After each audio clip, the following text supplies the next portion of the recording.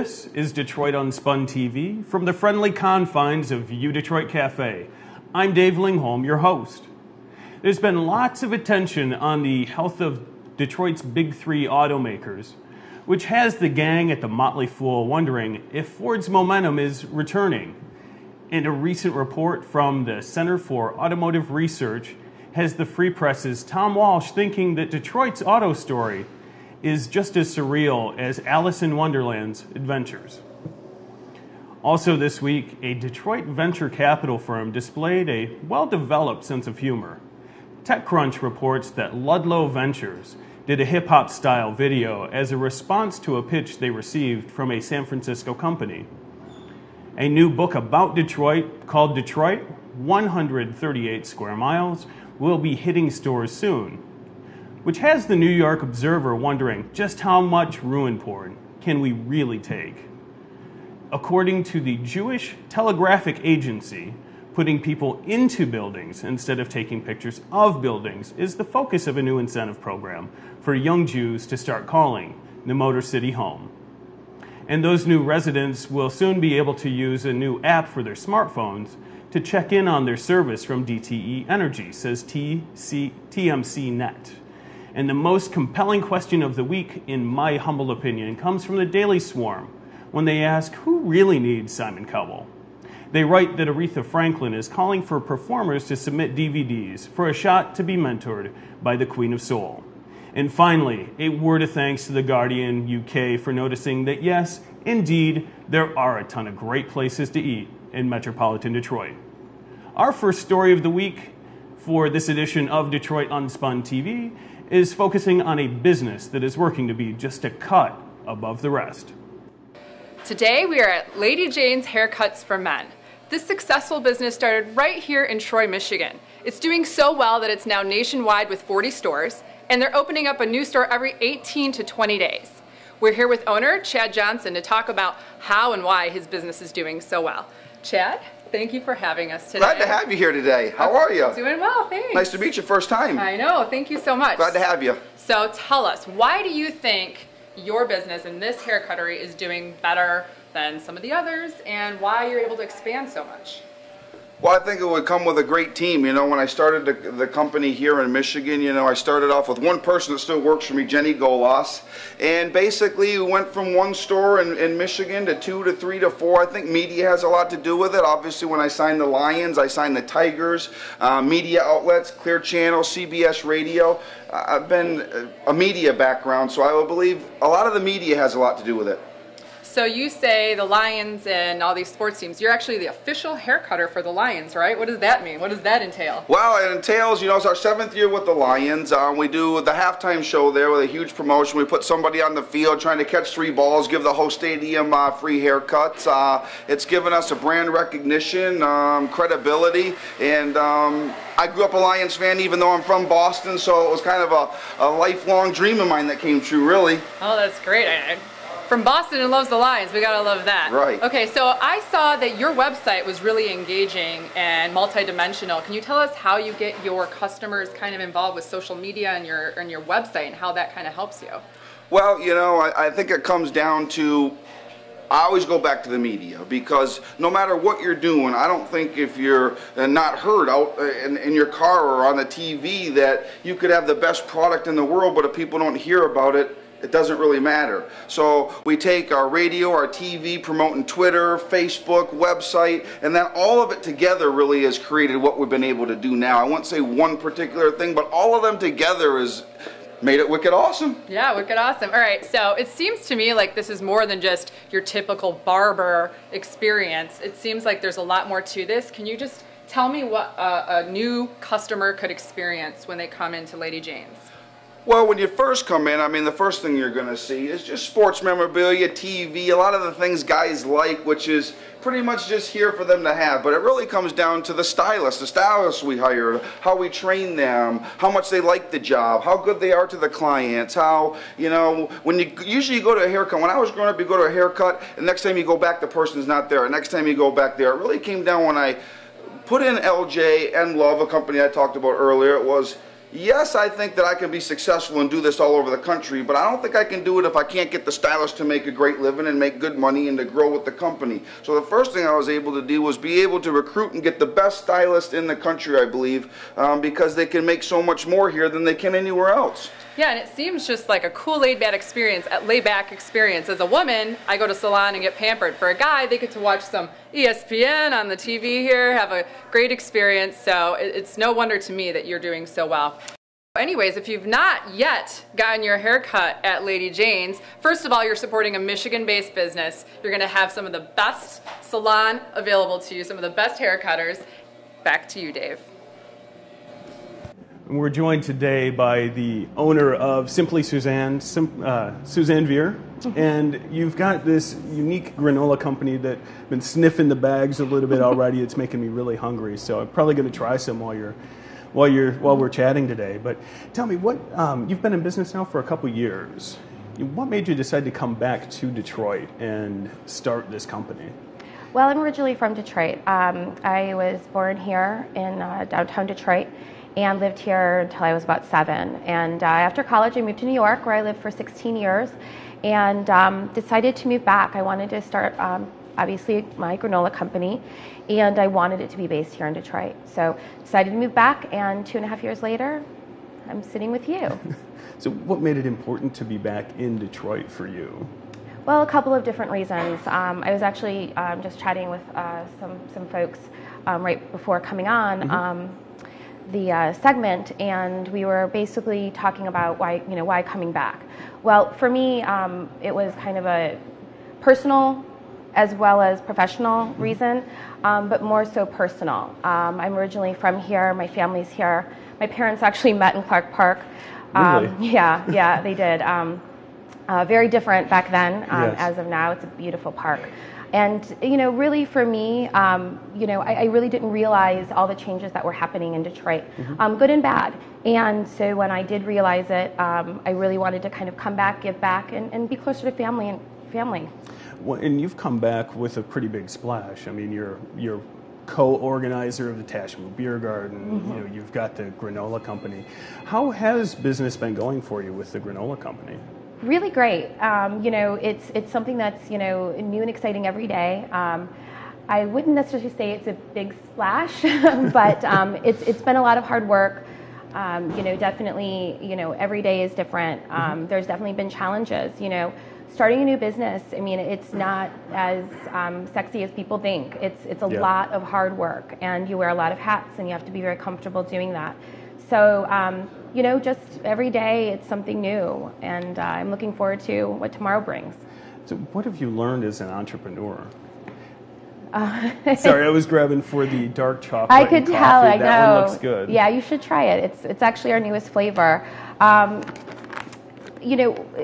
The question was in terms of being... Yeah, in terms of being an entrepreneur, what have you learned? What's been that biggest adjustment? I mean, you said that it's not easy. It's not as sexy as sometimes it is. Yeah, you can never expect, you lay out the plans, you think that you have, short-term and long-term goals. That's what granola does to you, actually, yeah. It tastes great. We actually use a local coffee, Great Lakes coffee in that newest flavor. It's a dark chocolate. But you just don't know what tomorrow's going to bring. And so you have to be really flexible and adaptable and be very comfortable, kind of navigating in the unknown. Well, and you said yourself, you're not really marketing the business per se as much as you're just going out and meeting people, letting them taste the granola. Why do you think that's been working for you? Well, it's a food product. Granola food markets itself. I mean, really, you can have the best brand, and that's super important, obviously. But at the end of the day, it's what it tastes like. And so, what we try and do is have people sample it as much as possible, and typically we convert them. What makes us really unique, though, is that we're sweet and savory. We add spice to our product, so it kind of gives it a full flavor profile. Really nice on the palate. Yeah. Well, which one is your personal favorite? Well, the one I constantly go back to is the original. Yeah. The original, it's all 4 of our flavors are all natural, And it is a loose granola, very much like a snack and a cereal. And the original is cinnamon based, so for cinnamon lovers, it's great. I am a cinnamon lover. And that's the one I constantly go back to. I'm already biased on that dark chocolate and coffee. How do you decide on the new flavors that you're going to offer? Are you always testing different things out, trying different things out? Or? Absolutely, for sure. I mean, to be honest, I really don't have much of a sweet tooth. Granola is by essence a little bit sweet, which is why I added the savory component to it. I do a lot of traveling, and when I travel, I look on the menus, I see how people are, marrying flavors together. I go to farmers markets when I travel as well. There's some really great things that are up and coming typically at farmers markets. So I kind of see, pay attention, test things out in the kitchen. Our newest line that we're actually debuting next Friday, actually at the Detroit Holiday Food Bazaar, and is going to be a trail mix line. And really? There's some really unique combinations there. And we're going to be debuting in particular, a really fun one, which is a dried rosemary and apple. Please tell me we're getting an exclusive on this trail mix deal. We're the first people you're telling, right? Actually, yeah. It's, we've known. You are the first people to know. We knew that we were going to do it, but best laid plans. It took a couple of more months than we expected, but it is going to be out next week. And today, the next 2 days, you're participating at the the event at the Fisher Building. Right, Reignite Detroit. That's actually today from 11 until 5 and tomorrow until 11 and 5. It's local companies, not just food companies, retail and the like coming together and showcasing local Michigan products. Great. How do you find out about all of these different events? I'm not really sure. They approached me from that perspective. I like to stay active and kind of, I love to attend these types of things myself, so maybe that's why. I'm probably got a list, I'm on their mailing list. So, 2 quick questions. Favorite place to travel since you travel a lot? Where's your favorite place? Oh my. And what's your favorite thing to eat when you're testing out a new place? Street food. Street food? Yeah. I want to eat as local as possible. Go to the local supermarket, street food. In terms of favorite place, I have so many. That's a tough one. Do I have to really choose? No, you really don't. You really don't.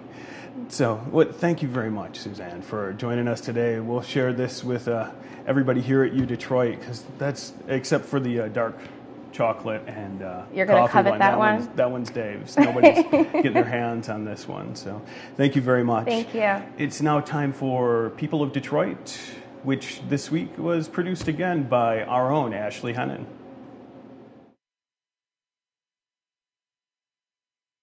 I was shopping with John King when he had a shop over in the Michigan Theater Building. I was transitioning my life, and I thought that I wanted to do something that I would enjoy. And I've always liked books. I've always shopped used bookstores, and I thought, why not apply here? And I've been here ever since. We get to meet people that are Detroiters. We get to meet people that are from other places. We get to share book histories. We get to share our reading taste and take on other people's reading taste. So there's an exchange of information that keeps it stimulating. The 2 I always recommend to people if they haven't read are The Count of Monte Cristo. Okay. Nathaniel Hawthorne's Scarlet Letter. And then I always love Toni Morrison's Bluest Eye.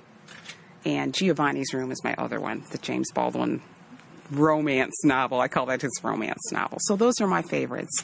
My reading themes are generally, my favorite books are by authors that focused on the dichotomy between good and evil and the good overcoming. and people who had a wonderful use of the English language. Those fascinate me, so those are why they become my favorites. Vonnegut's a kind of a contemporary favorite of mine. In the Toni Morrison, it's a step back in the past that I'm always fascinated with, because I do read a lot of Black history, and I do identify with the whole overcoming. Like the Scarlet Letter for me is just, people say, well, I don't know. And I think it's a story of a really strong woman. I mean, beneath it all, she was a very strong woman who was being persecuted. And I have such respect for that. The Dumas was the patience to keep going until you triumph. So, yes, I guess I do identify with those authors. Those books influenced me because those were people who said, you know what, I'm willing to sacrifice me for the greater good. Although inherently they were not necessarily perfect people or, had meaning to other people. But by making the sacrifice, the one person did something differently and it affected other people's lives. So I like that. This is a place where people find their calling. And I think that in my work environment, it's important for me to help them find their calling. When they come here, I'm like, I really love your energy. I don't think you're going to stay here forever. But while you're here, I want you to start looking for who you are. And sometimes you just have to encourage people where you are. My goal is to come to work. I come to work every day to encourage people. And I want to encourage the young people that work here to find their calling. I want to encourage the customers that pass through to find their calling. I mean, it's just what I do. That's me. John King Books, may I help you? Kind of a help other people find their calling person. Good. How are you doing today? Last week, I had the chance to discuss the idea of food deserts and the fact that there are 86 grocery stores within the city limits of Detroit, with Mr. James Hooks, the owner of Metro Foodland, and Ade Abro, who is from a group called AFPD. Here's our story.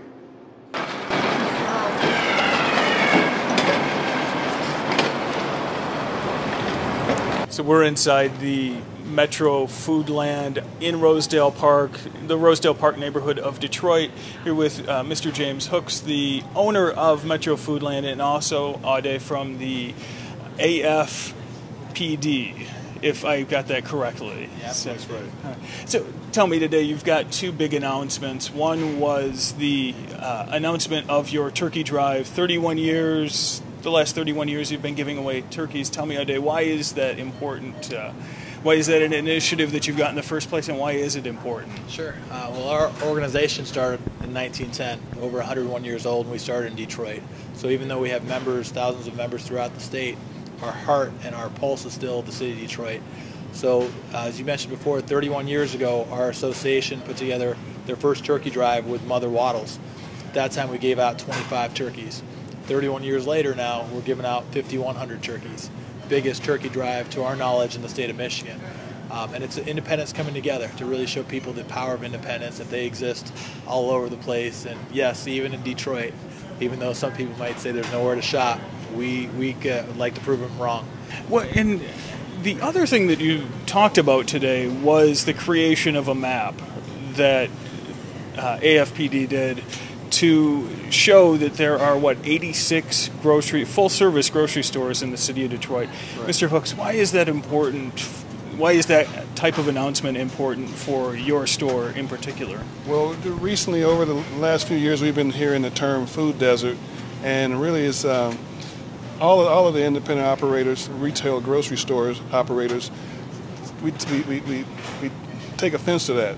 We've been providing fresh groceries to this community for ever since the early 60s. And we don't like the idea that,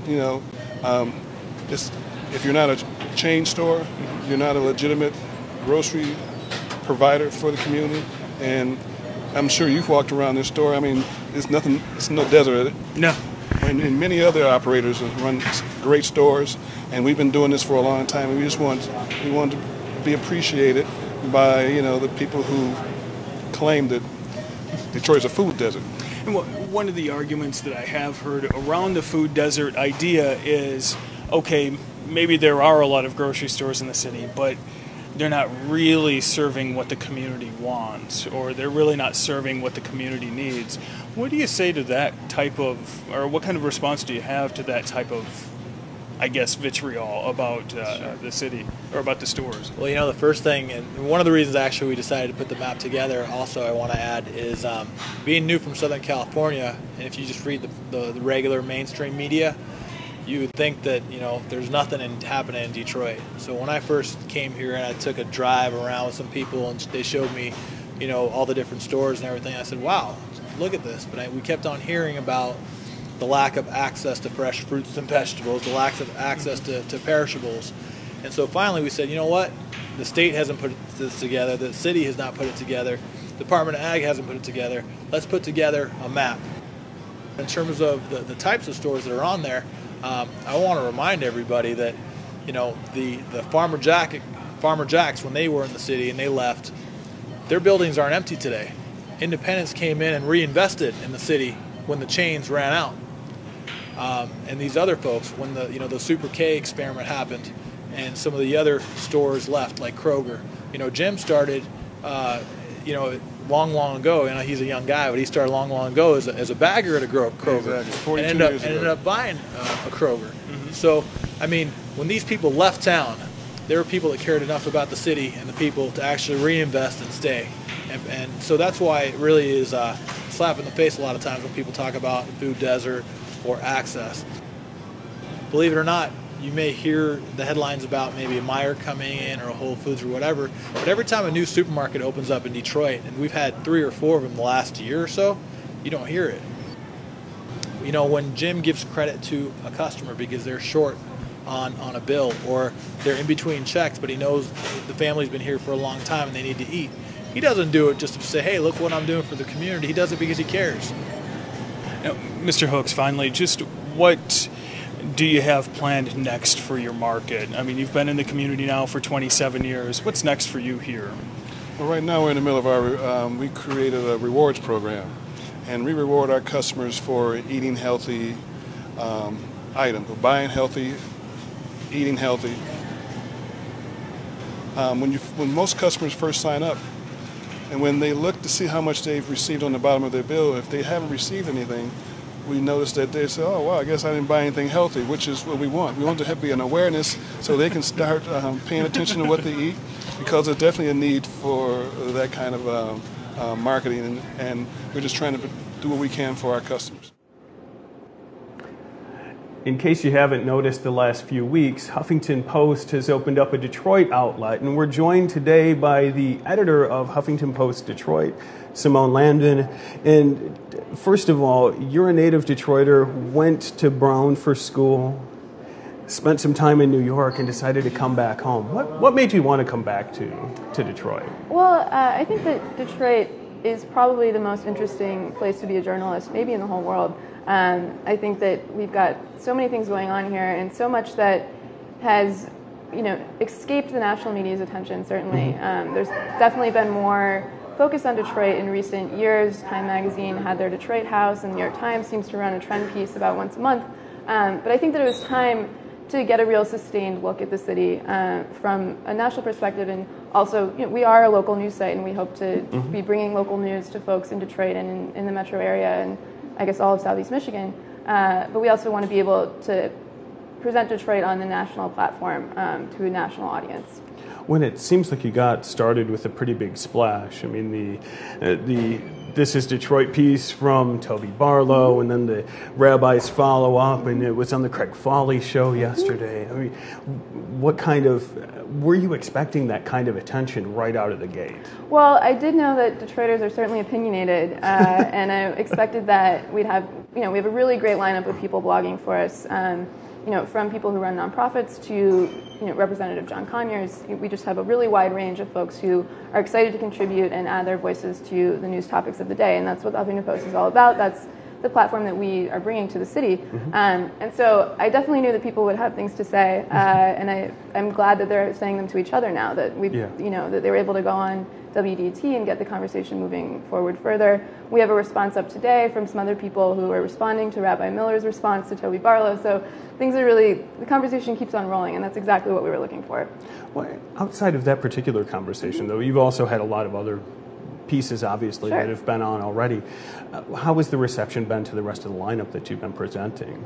Well, it's not just the blog, obviously. We have the whole news side of the operation, and we've been able to do some really great pieces, both covering the news, and also we're trying to push our arts coverage. My coworkers are really interested in the arts and have been writing good things about that. And we're trying to push every weekend to do a sort of a weekend arts series of features that are, this is what's going on, this is what's happening in the museums, this is a small gallery opening, here's a music show you should go to, things like that.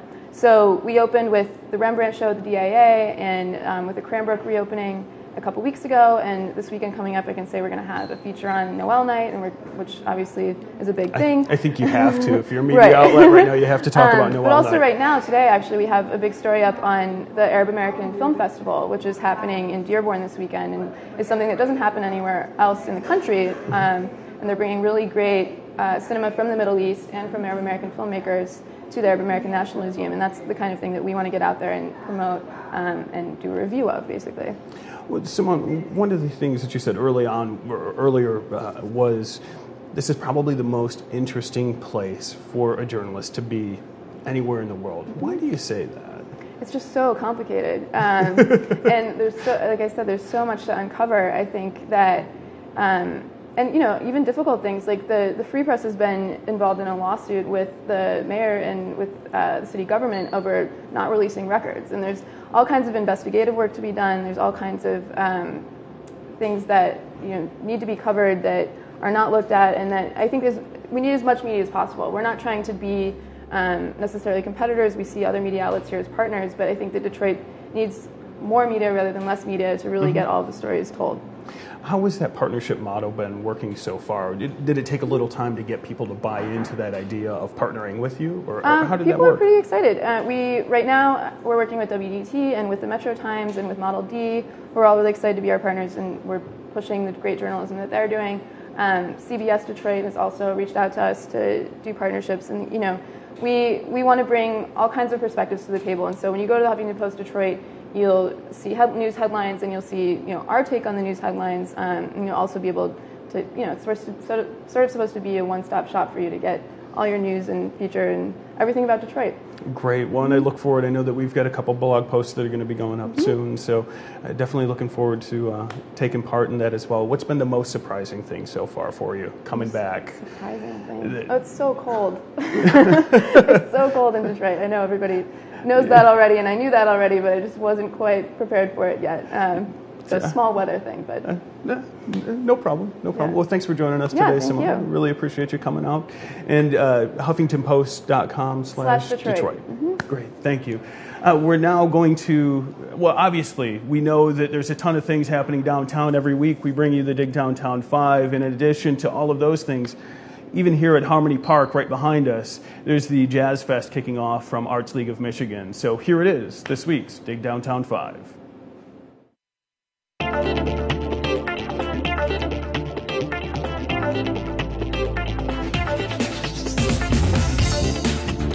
It's hard to believe that Christmas is just a month away, which means obligatory holiday parties are starting to spring up on your calendars. We're sure you know about the ones we're talking of. They're full of people from work having awkward conversations about topics you wish could just stay in the office. Everyone is afraid to cut loose and enjoy themselves because they don't want to be branded as that guy at next year's holiday party. Which is why we put together this handy little video each week for you, to let you know that not every holiday get-together has to be that way. In fact, they can be quite fun. Let us prove it to you with these 5 events that you can dig in downtown Detroit this week. Number 1, Noel Night. This is one holiday party you can't miss all season. Christmas carolers, carriage rides, ice sculptures, shopping, tours of historic buildings, and great food are all a part of this fantastic showcase of everything that's cool about Midtown. Number 2 on our list, the Detroit Historical Society Ball. A dance competition in Shed 3 at Eastern Market? Believe it! This fundraiser features dancing with Detroit stars, which sounds entertaining to those of us who do not have to dance in the competition. Number 3, Jessica Hernandez and the Deltas, Bear Lake, and the Juliettes. This all-local show is a steal at just $10. Jessica Hernandez has a big voice that will make you wonder why you aren't paying a ton more for this show. Number 4, Reading and Signing Party with Amy Elliott Bragg and John Carlisle. Looking for the perfect gift for that bibliophile in your life? Then head over to Leopold's Books Thursday to hear a unique perspective on Detroit's history, while crossing off a few more items off your holiday shopping list. And number 5, the 2011 Detroit Urban Craft Fair. Looking to keep your spending local and your gifts unique? Then get crafty with your selections this weekend.